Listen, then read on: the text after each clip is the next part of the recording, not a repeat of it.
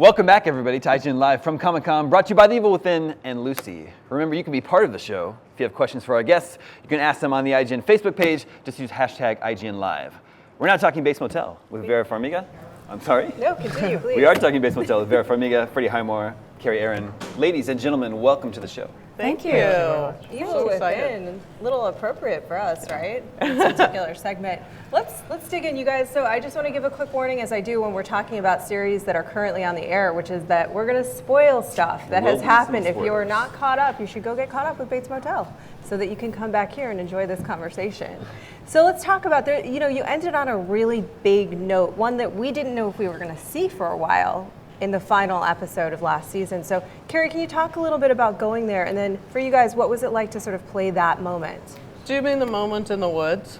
Not the moment in the woods, though I do want to talk about the moment in the woods, absolutely. I'm talking about the moment when he really, to me, becomes the Norman Bates that we know, when she says, "You didn't do it, I did," because that's the moment that he forever abdicates responsibility as his own autonomous person.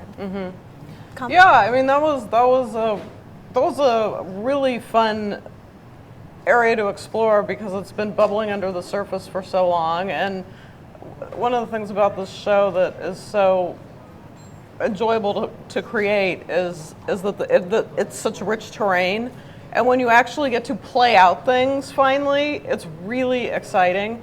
And the idea that we could kind of graduate to a world where Norman had a little more consciousness on some level of who he was, and that we got to see the progression of that psychological relationship between him and his mother is so exciting.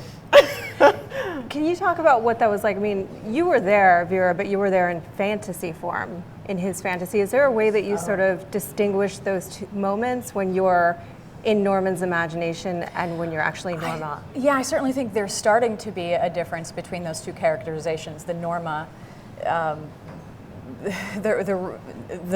my Norma, and his version of Norma, and I'm starting to see that be very fine-tuned, and those slight alterations, those sort of tonal differences. It's so funny, all these music references that are, but it's Yeah. That's the same with Norman as well. I think you see that sort of split personality, and when he's taken into that different space at the end of the second season, it is that different side to Norman, and the danger is when they start to become blurred. I mean, it feels to me as if the Norma in Norman's mind is just much more idealized. She's, even the way it's lit, she's shinier, she's brighter, she's so perfect.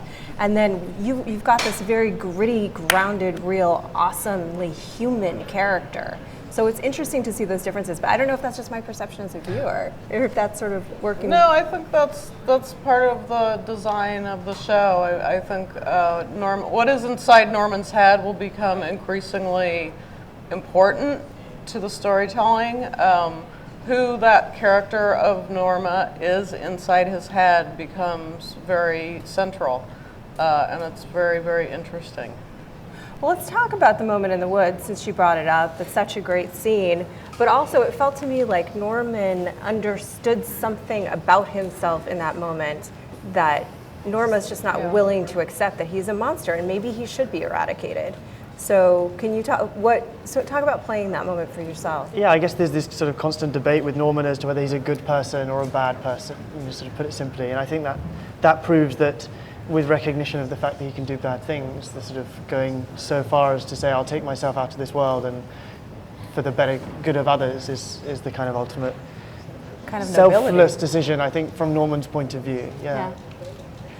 She is entirely unwilling, though, I think, to release him from the realm of fantasy, which I thought is one of the more interesting things about the show. That's the way it feels to me. Like, even as he has that awakening moment when he's trapped in the box, and then the first thing that Norma does is say, that didn't happen, that didn't happen, that didn't happen. It's a sincere survival skill that she has honed her entire life, coming from such such trauma, such depravity, and not having yeah, and being so alone and being afraid to be alone, and the way she's persevered. I mean, look at the way she's dressed, like a little doll, like a perfect little doll. The construct, the facade from the exterior, she's got this like baby doll and rosy cheeks and in the pristine, sort of achingly chic wardrobe, and it's masking just such turmoil and death and fear within. And I think that's the way she has learned to persevere. Just pretend it didn't happen, suit up from the outside, and let's strive to have a happy life. And that's just, that it's a coping mechanism. It's the best way she knows how to move forward. I think one of that is so relatable too, because it does feel like a very real world coping mechanism that people who have gone through trauma have. Here's the thing about the show, we're talking about trauma and death and murder, but it's fun to watch. I mean, it's got sort of And like fun to do, yeah. It's got a darkly comedic tone. I mean, you guys enjoying yourselves? There's certainly the dark humour, yeah. Vera and I always, loads of times, end up sort of laughing after certain scenes, and they're not kind of evidently or maybe supposed to be funny, but Yeah, I grew up in a very colorful household, and there was always a lot of it's a mixed bag. There's like in any sort of large and colorful dysfunction, there's a lot of humor. Yeah, I think frailty, human frailty, is what is so compelling, and dysfunction is funny because we recognize ourselves in it. And it's so desperate. Yeah. It's like that's why it starts being funny, because you're just like, I can't believe like I'm doing this or these people are doing this, and it's just hilarious. Yeah, and I'm sorry, we actually have a question from one of our viewers up here. We can pull up. This is from Isabella. Norma's styling changes pretty dramatically throughout the seasons. Is there a specific outfit that you really loved, and why? Oh, tough call. That is. Every day is a treat. Every day, I just can't wait to. I think the styling changed dramatically. I think more so, I think it was a hair thing, but that was to sort of take on this, I'm a new business owner and I'm going to be successful and I'm going to give myself this chic bob because I'm a businesswoman now. And that was, the wardrobe is actually, I don't know, it's mostly changed. I don't think it's changed so much. I think it's changed seasonally. I think we shot it in the winter, so it was the hem went up once we shot it in the springtime. And also I think you really wanted to brighten things up just tonally. Yeah, this season bringing it was down. more about Norma getting close to achieving her dream and what she wanted, and we wanted to reflect that. now we're banished to the winter again. October to February, I think we'll be there, so the darkness returns. Darkness returns. Speaking of darkness returns and where you're sort of headed, I want to talk a little bit about where you're headed in season 3, and then also, we assume as viewers that the end point of this series is Norma's demise. Is that accurate? Is that no? No, it is not. What? It's news to us. I think we're all like This sort is of breaking news, ladies and gentlemen. So it goes on beyond that point? That's the idea. I mean, this potentially? is all, obviously we haven't broken out every episode, but there is an idea, because the original story of Psycho is about a man who lives inside his head. Yeah. And once you get in that realm, There's lots to the play around world is with. very interesting. Yeah. So we're Carlton and I are talking about what that would look like, but it's actually really exciting. But that still leaves Vera as a part of this. Would that be interesting for you to be a part of a series where you are it's like strictly a fantasy construction?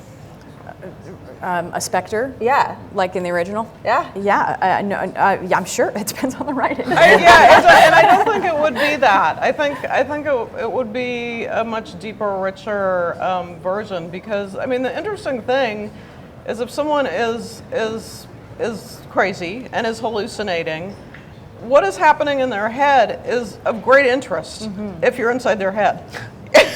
The stakes are very high, but it's just sort of, it's about kind of flipping perception and reality and taking people on a ride through that. It's really ambitious, but I think it would be super cool. I think it'd be super cool too. I mean, she's already such a full-bodied characterization. Add to it the dementia and skew that image. It's going to be insanely Is there a return exciting date to play. for Bates Motel? same time as last year. I want to say March 13th, but I might be wrong. I know it's March. March-ish Yes. next year. Yeah. Well, I think that's all the time we have for today. But Vera, Freddie, Kerry, thank you so much for coming by the show today. Thank you. We're looking Thank you. forward Appreciate to it. more Bates Motel next year. Stay at home. Stay right where you are if you're watching at home. We still have lots more to come here from IGN Live at Comic-Con right after these messages. Stay at home. Don't go anywhere.